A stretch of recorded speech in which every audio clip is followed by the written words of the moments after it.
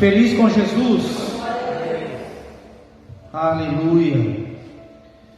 Olhe para alguém e diga assim: você está preparado para as tempestades? Tá ou não? Tá? Então diga assim: esforça-te. Tenha bom ânimo. Amém? Aleluia. Vamos falar de dízimos e ofertas? Glória a Jesus. Tem um texto no livro de Levítico, no capítulo 27. Ele é um texto extenso, mas eu quero ler 2 versículos. É 27, capítulo 27, versículo 13 e 14.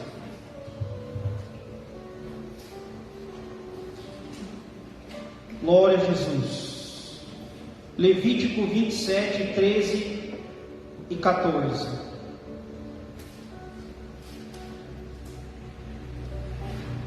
Capítulo 27 de Levítico, ele vai falar de votos que nós fazemos com Deus. Deus tem promessas para mim e para a tua vida, sim ou não? Amém. E muitas vezes eu e você também prometemos coisas para Deus, sim ou não? Amém. O ano vira, a gente fala assim: Senhor, esse ano eu prometo que eu vou emagrecer. Esse ano eu prometo que eu vou comer menos carne, que eu vou comer menos gordura, que eu vou fazer exercício, que eu vou para academia, que eu vou caminhar, que eu vou mais para o culto, que eu vou adorar mais, né? Virou o ano, a gente faz essas promessas a Deus, né? E aí passa, os dias vão se passando, e aí parece que essas promessas que nós fizemos a Ele vai ficando pelo meio do caminho, né? Só que eu achei interessante que durante a ministração a pastora Cíntia falou assim: Ele é fiel a nós, mesmo que nós sejamos infiéis a Ele. Deus não muda. A Bíblia diz que Ele não tem variação. Deus não fica naquela: hoje eu acordei, sabe aquele dia que vai descer para nós? Hoje. Deus não acorda assim. Não tem essas coisas com Deus.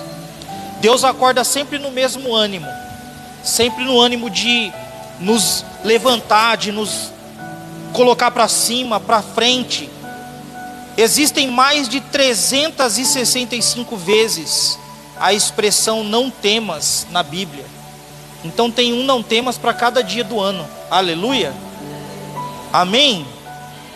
E aí, nessas promessas que nós fazemos, muitas vezes nós falamos assim: esse ano eu e a minha casa serviremos ao Senhor. Esse eu acho que é o voto mais sério, mais grave que nós fazemos com Deus. Mais sério e mais grave, principalmente quando nós não cumprimos. Porque a Bíblia diz que quando fazemos um voto com Deus e não cumprimos, Deus olha para nós e nos tem por tolos. É como se Deus olhasse assim e falasse: que bobão, fica fazendo promessa e não cumpre. Alguém te obrigou a cumprir a prometer alguma coisa? Não. Mas se você prometeu, cumpre. Aí a Bíblia fala assim, se alguém dedicar a sua casa, versículo 14, nem vou ler o 13. 14 fala assim: se alguém dedicar a tua casa para ser santa ao Senhor, o sacerdote vai avaliar, e seja bom ou má, da maneira como o sacerdote disser, assim será. Que forte, né? Veja só. E aqui esse sacerdote, se nós fôssemos trazer esse texto para os dias de hoje, esse sacerdote nos nossos dias seria o nosso pastor. Da maneira que ele nos avaliar e disser, assim vai ser. Você percebe a importância que é você ter ouvidos atentos ao que você ouve, daquilo que sai do altar?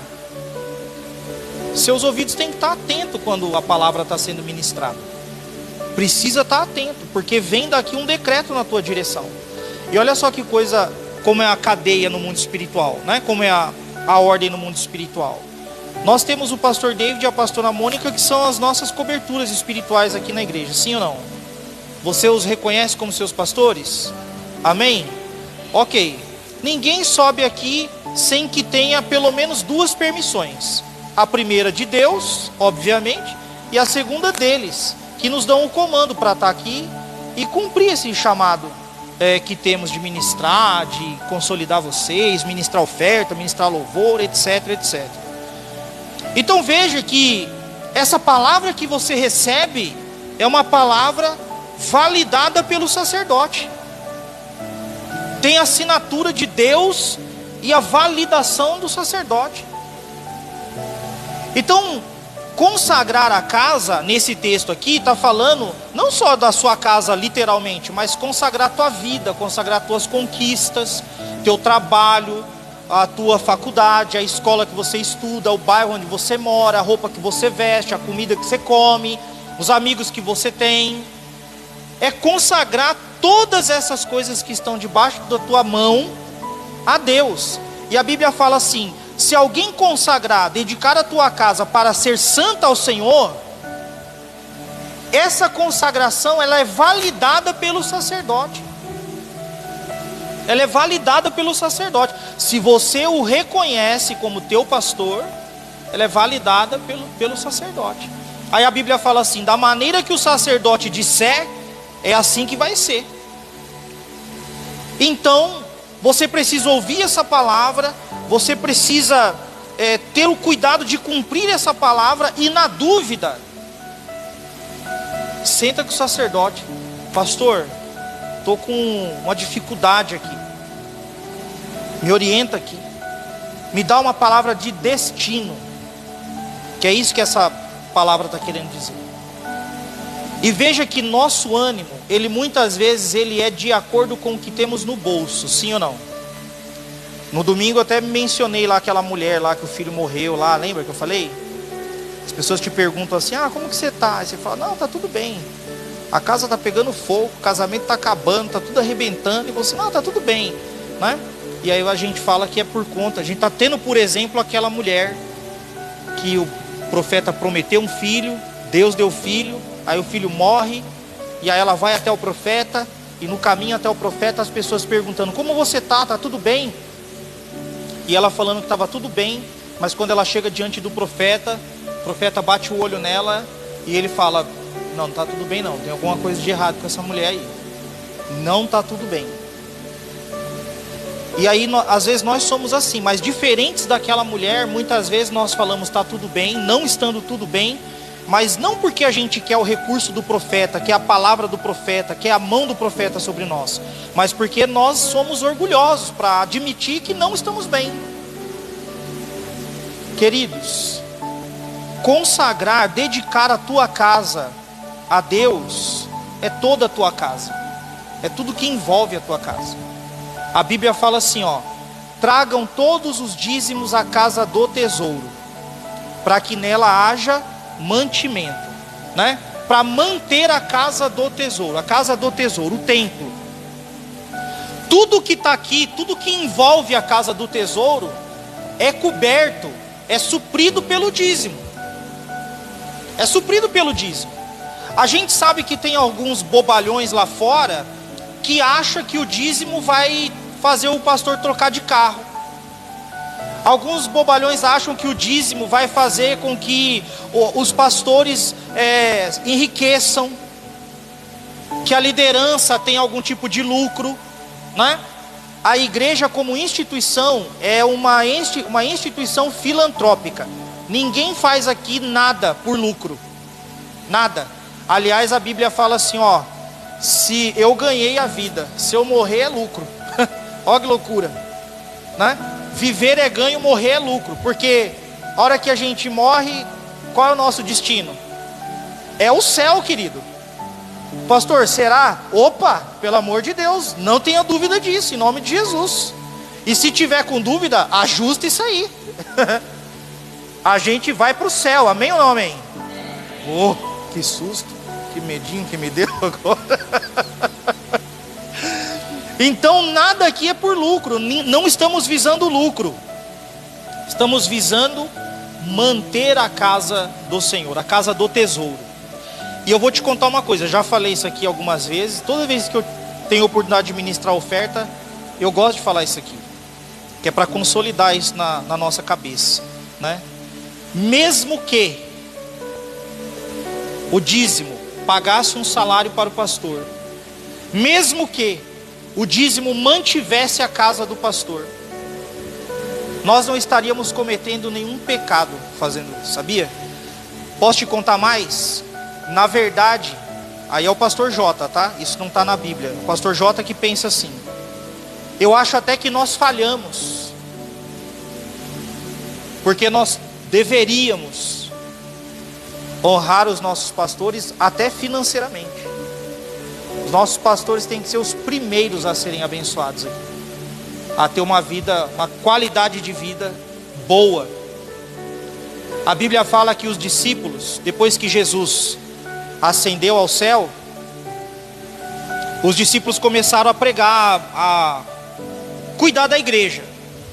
E aí começou a aparecer gente órfã, viúva, gente com casamento arrebentado, pessoas doentes, pessoas com depressão, síndrome do pânico, endemoniada. Começou a aparecer todo tipo de gente com doença, com coisa ruim, os discípulos cuidarem. E aí um dia o apóstolo Pedro falou assim: ó, não, a gente não vai dar conta, porque ou a gente prega a palavra ou a gente cuida das pessoas, não vamos dar conta. Aí eles falaram assim: ó, vamos fazer o seguinte, vamos no meio do povo e vamos levantar homens cheios do Espírito Santo, homens que sejam tementes ao Senhor, homens que conheçam a palavra, homens que tenham testemunho. Está lá em Atos 5, isso aí. Vamos levantar essas pessoas e vamos ordenar eles a diáconos da igreja, e eles vão cuidar das pessoas. E aí nós teremos condição de preparar a palavra e alimentar o povo, porque aí a gente não precisa ficar se preocupando com o povo na igreja. Então, de quem é a obrigação de cuidar um do outro aqui? É do pastor David e da pastora Mônica, ou é minha obrigação e sua obrigação? É nossa, querido. Eu tenho que cuidar de vocês, tem que cuidar de mim. Eu vou ligar para você quando eu estiver morrendo, quando eu estiver com problema. Você acha que eu vou incomodar o pastor David? Eu quero é que ele tenha a careca dele bem fresca para ministrar a minha vida com a palavra. É isso que eu quero. Aleluia. E nós temos que orar e sermos mantenedores da palavra, porque a Bíblia fala que se alguém dedicar a tua casa para ser santa ao Senhor, essa santidade precisa ser validada pelo sacerdote. Precisa ser validada pelo sacerdote. E não tem como o sacerdote validar qualquer coisa que eu e você faça se não houver honra na direção dele. Dízimo é obediência a Deus, é cumprimento de um mandamento. Não é um pedido de Deus, é uma ordem. Tragam o dízimo à casa do tesouro. É uma ordem de Deus isso. E eu e você que um dia aceitamos a Jesus, queridão, não tem escolha para mim e para você. Você precisa enxergar isso aqui como uma obrigação. Tem que ser uma obrigação. Isso está na Bíblia, pastor? Não está na Bíblia também. É o pastor J que pensa assim também. Mas quando eu leio lá, Deus falando, tragam à casa do tesouro todos os dízimos, isso é uma ordem, sim ou não? É uma ordem para mim. Ele fala assim, ó, não rouba, não adultera, não cobiça o que é do próximo, não tenha outros deuses senão a mim. Isso está lá nos 10 mandamentos. Não são ordens de Deus? Aí quando ele fala, tragam todos os dízimos à casa do tesouro, é um pedido? Não, é uma ordem. É uma ordem. Então quando eu obedeço isso, eu estou obedecendo a um comando de Deus. Então é uma obediência, fidelidade e lealdade, né? Na direção de Deus. E faz com que eu tenha a oportunidade de ser o mantenedor, né, da casa de Deus. Olha que loucura, né? Deus não precisa de mim para nada. Eu é que preciso dele.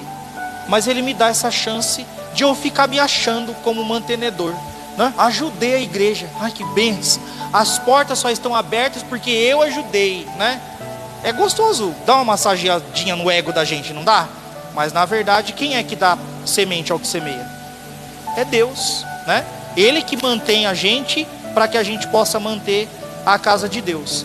Aí ele fala assim, ó, agora, você quer ofertar, você quer fazer alguma coisa voluntária, aí legal. Aí eu pego aquela palavra que o pastor Ailton falou aqui no início, né? 2h40 do meu dia eu vou dedicar ao Senhor. A gente fica 1h30 aqui no culto, E aí quando dá 1h30 rachando assim no relógio, você já começa a se coçar na cadeira, né?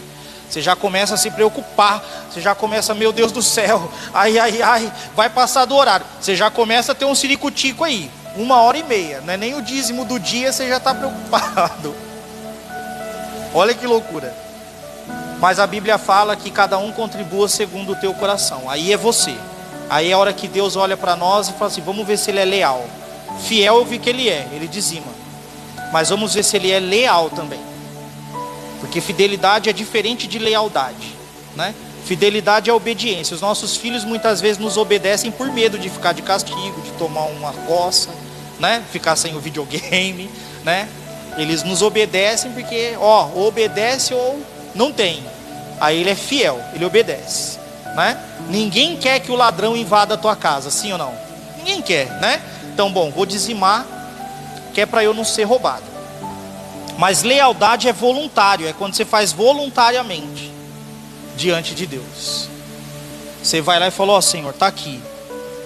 É pouco ou é muito, mas é o que está proposto no meu coração. E é uma prova da minha dedicação, da dedicação da minha casa, da minha vida, da minha família, do meu ministério, da minha igreja ao Senhor. Ao Senhor. E aí, queridos, isso tudo é validado pelo sacerdote. Validado pelo sacerdote. A hora que nós recebemos a palavra de que somos abençoados, quanto mais abençoamos, mais somos abençoados, é uma validação do sacerdote na nossa direção. Você pode sair daqui tranquilo, certo de que você vai viver o melhor da terra. Melhor da terra. Jesus falou assim, joga a rede. Pedro falou, já joguei um monte de vezes, não peguei nada, mas já que o Senhor está mandando eu jogar, vou jogar de novo. Jogou e pescou absurdamente. Passou um domingo, aí Jesus foi tirar uma soneca no barco, os discípulos preocupados com a tempestade. Jesus levantou, diante do clamor deles, acalmou a tempestade, puxou a orelha, né? Cadê a fé de vocês? Mas o barco seguiu e eles caminharam tranquilo. E agora Deus trouxe você aqui e fala para você assim: se esforça, não para, se esforça, consagra a tua casa, consagra os teus feitos, mas se esforça, tenha bom ânimo. Aleluia. Amém ou não amém? Eu queria que você ficasse de pé com a sua oferta, com ou sem oferta nas suas mãos, e que você unisse a sua fé com a minha, porque a Bíblia fala que se dois concordarem aqui na terra, isso vai ter acontecido lá no céu, amém? Senhor, nós colocamos a vida do teu povo diante do teu altar, meu Deus, a vida financeira do teu povo. Nós, meu Deus, vimos aqui cheios de expectativas emocionais, espirituais, expectativas físicas, expectativas materiais. Mas, Senhor, nesse momento aqui nós queremos dizer ao Senhor que a nossa vida financeira é tão importante quanto qualquer outra área da nossa vida. E nós entendemos através da tua palavra, Senhor, que não faz sentido consagrarmos a nossa casa, não faz sentido dedicar as nossas vidas ao Senhor, meu Deus, se nós também não dedicarmos a nossa vida financeira ao Senhor, meu Deus. Se nós não agradecermos por toda a conquista que tivemos, pelo trabalho, pelo emprego, pela semente que o Senhor colocou nas nossas mãos. Não faz sentido, meu Deus, se nós não tivermos o entendimento, Pai, de que o Senhor dá algumas ordens para nós, no que diz respeito à nossa vida financeira, de acordo com a tua palavra, Senhor. O Senhor tem nos ensinado neste lugar a termos um coração fiel, leal, um coração de honra na direção do Senhor, na direção dos nossos líderes, na direção, ó Pai querido, do nosso ministério. Então, meu Deus, repreende agora, porque essa autoridade está nas tuas mãos, e somente nas tuas mãos, segundo a tua palavra. Repreende o devorador, o migrador, o cortador e o destruidor. Pai querido, que não haja nada quebrado, nada faltando e nada fora do lugar na vida do teu povo, mas que nós possamos ouvir testemunhos de grandeza aqui, Senhor, testemunhos de conquistas sobrenaturais, meu Deus. Levanta homens e mulheres poderosos financeiramente neste ministério, Senhor, para manter a tua casa. Levanta mantenedores com coração de generosidade. Levanta-os, meu Deus, neste lugar, para que possamos expandir as nossas estacas, aumentar o nosso arraial, meu Deus, e alcançar um número maior de ovelhas, em nome de Jesus. Pai querido, nós colocamos diante do Senhor a vida do pastor David, da pastora Mônica e toda a tua casa. Senhor, essa bênção precisa acontecer primeiro na vida dos teus filhos. Então abre, meu Deus, as comportas dos céus e permite que eles desfrutem do melhor da terra, meu Deus, que eles comam do melhor da terra, em nome de Jesus, meu Deus, e que possamos ser alvo do transbordo da vida dos teus filhos, em nome de Jesus, amém, e graças a Deus. Saia do seu lugar, deposite aqui no gasofilácio a sua oferta.